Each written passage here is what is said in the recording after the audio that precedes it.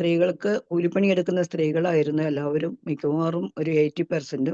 അപ്പൊ അവരൊക്കെ വന്ന് എന്നോട് ഈ കംപ്ലൈൻസ് പറയുമായിരുന്നു. പണമൊന്നും വീട്ടിൽ വെക്കാൻ പറ്റുന്നില്ല, പൈസയില്ല, 10 രൂപ ഞങ്ങൾക്ക് കൂലി കിട്ടുന്നതാണ്, അതും ഞങ്ങളുടെ വീട്ടിൽ ചിലപ്പോൾ ഇതൊക്കെ അങ്ങ് പല ആവശ്യങ്ങൾക്ക് വേണ്ടി എടുക്കാറുണ്ട്. ഒരിക്കലും ഒരു സേവിങ്സ് ഇല്ല, മോളെ കെട്ടിക്കാനുണ്ട്, അല്ലെങ്കിൽ കുട്ടിയെ വിദ്യാഭ്യാസം ചെയ്യിപ്പിക്കാനുണ്ട്. അങ്ങനെയുള്ള ഇഷ്യൂസും കൊണ്ടായിരുന്നു എൻ്റെ അടുത്തേക്ക് വരുന്നത് എല്ലാവരും. ഞാൻ എല്ലാ വീടുകളിലും പോകുമായിരുന്നു. അതുകൊണ്ട് ഞാൻ അവരുമായിട്ടൊരു ഫ്രണ്ട്ഷിപ്പ് കൂടി. അങ്ങനെയാണ് എനിക്ക്, കാരണം ഈ ട്രൈബിൻ്റെ ഇടയ്ക്ക് പോകുമ്പം അവര് പിന്നെ നമ്മളെ കാണുമ്പോൾ വീട്ടിൻ്റെ ഉള്ളിലേക്ക് കയറുമായിരുന്നു. ഈ പണിയ വിഭാഗം, ട്രൈബിൽ തന്നെ 3-4 വിഭാഗമുണ്ട്. അപ്പൊ ഈ പണിയ വിഭാഗമാണ് ഏറ്റവും പിന്നിൽ നിൽക്കുന്നത്. അപ്പൊ അവര് ഇങ്ങനെ ഉള്ളിലേക്ക്, അപ്പൊ എനിക്കൊരു ഭയങ്കര ആഗ്രഹം തോന്നിയായിരുന്നു, ഇവരുടെ അടുത്ത് ഒന്ന് എങ്ങനെയാണ് ഫ്രണ്ട്ഷിപ്പ് കൂടുക, എങ്ങനെയാണ് ഇവരെ എൻ്റെ ഒരു ഫ്രണ്ടാക്കി മാറ്റുക എന്ന് ഞാൻ വളരെ ആഗ്രഹിച്ചിട്ടുണ്ട്. അങ്ങനെ കുറെ ട്രൈ ചെയ്തിട്ട് തന്നെയാണ് ഇവരുടെ ഞാൻ അവരുടെ വീടുകളിൽ പോവുകയും അവരുമായിട്ട് സംസാരിക്കുകയൊക്കെ ചെയ്താണ് ഞാൻ അവരുടെ ഒരു ബന്ധം ആദ്യം സ്ഥാപിച്ചത്. അങ്ങനെ ഒരു സേവിങ് സിസ്റ്റം ഉണ്ടാക്കി. ട്രൈബ്സിന്റെ ഇടയിലും നോൺ ട്രൈബ്സിന്റെ ഇടയിലും സേവിങ് സിസ്റ്റം ഉണ്ടായി. വയനാട് ജില്ലയിൽ ആദ്യമായിട്ടാണ് 1991 ഈ സേവിങ് സിസ്റ്റം കൊണ്ടുവരുന്നത്. അങ്ങനെ സെൽഫ് ഹെൽപ്പ് ഗ്രൂപ്പ് എന്നുള്ള ഒരു രൂപത്തിൽ രൂപീകരിച്ചു. 10 സ്ത്രീകൾ അടങ്ങുന്നവർക്ക് 5 രൂപ വെച്ചിട്ട് സേവിങ്സ് ചെയ്യുക, അതിനെ ഒന്നിച്ച് ഡിപ്പോസിറ്റ് ചെയ്ത് ബാങ്കിൽ ഡിപ്പോസിറ്റ് ചെയ്യുക, സെക്രട്ടറി പ്രസിഡന്റ് തിരഞ്ഞെടുക്കുക.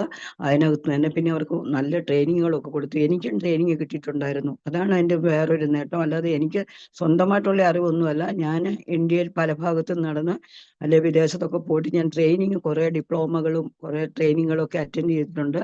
ആ ട്രെയിനിങ്ങിന്റെ ഭാഗമായിട്ടാണ് ഞാൻ ഇവരെ ആ പഠിച്ചിട്ടുള്ള കാര്യങ്ങൾ ഇവർക്ക് ഷെയർ ചെയ്ത് അവരെ ഇങ്ങടെ ഉയർത്താൻ വേണ്ടിയിട്ടുള്ള ശ്രമത്തിന്റെ ഫലമായിട്ടാണ് ഈ സേവിങ് സിസ്റ്റം കൊണ്ടുവന്നത്.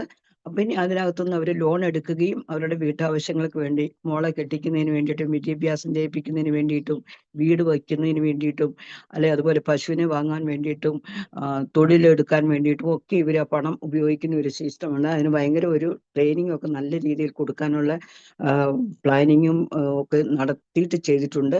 അപ്പോൾ അതിന് പറ്റിയ ടീം, ലോക്കലായിട്ടുള്ള ആൾക്കാരെ തിരഞ്ഞെടുക്കുകയും അവർക്ക് ട്രെയിനിങ് കൊടുക്കുകയും അവരെയും കൂടെ ഇതിനകത്തേക്ക് കൂട്ടുകയും ചെയ്തുകൊണ്ടാണ് സക്സസ് ആക്കാൻ കഴിഞ്ഞത്.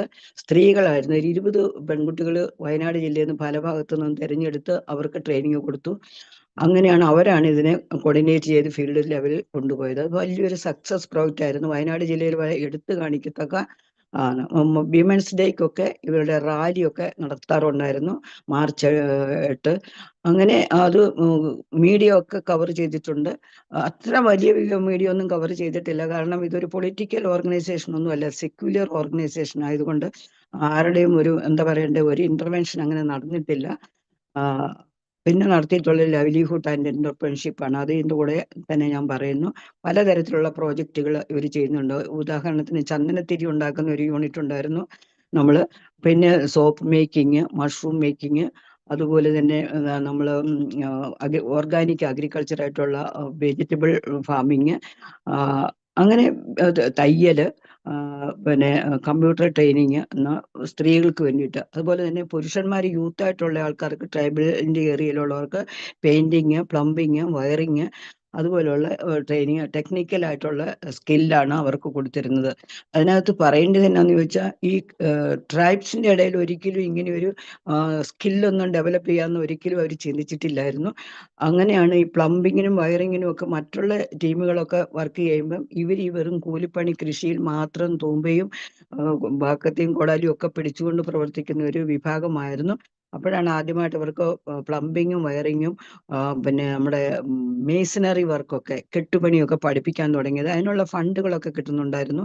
അങ്ങനെ അവരെ പഠിപ്പിച്ച് കഴിഞ്ഞപ്പോൾ അങ്ങനെ ഒരു 10-200 ട്രൈബലിൽ നിന്ന് പയ്യന്മാർ ഇതൊക്കെ പഠിക്കുകയും അവരതിനെ എന്റർപ്രണറായിട്ട് അവർ തന്നെ ഒരു ലീഡറായിട്ട് അവരുടെ അണ്ടറിലൊക്കെ 10-20 പേരടങ്ങുന്ന ഒരു ഗ്രൂപ്പുകൾ പോലെയൊക്കെ ഇപ്പോൾ വയനാട് ജില്ലയിൽ ചെയ്തു വരുന്നുണ്ട്.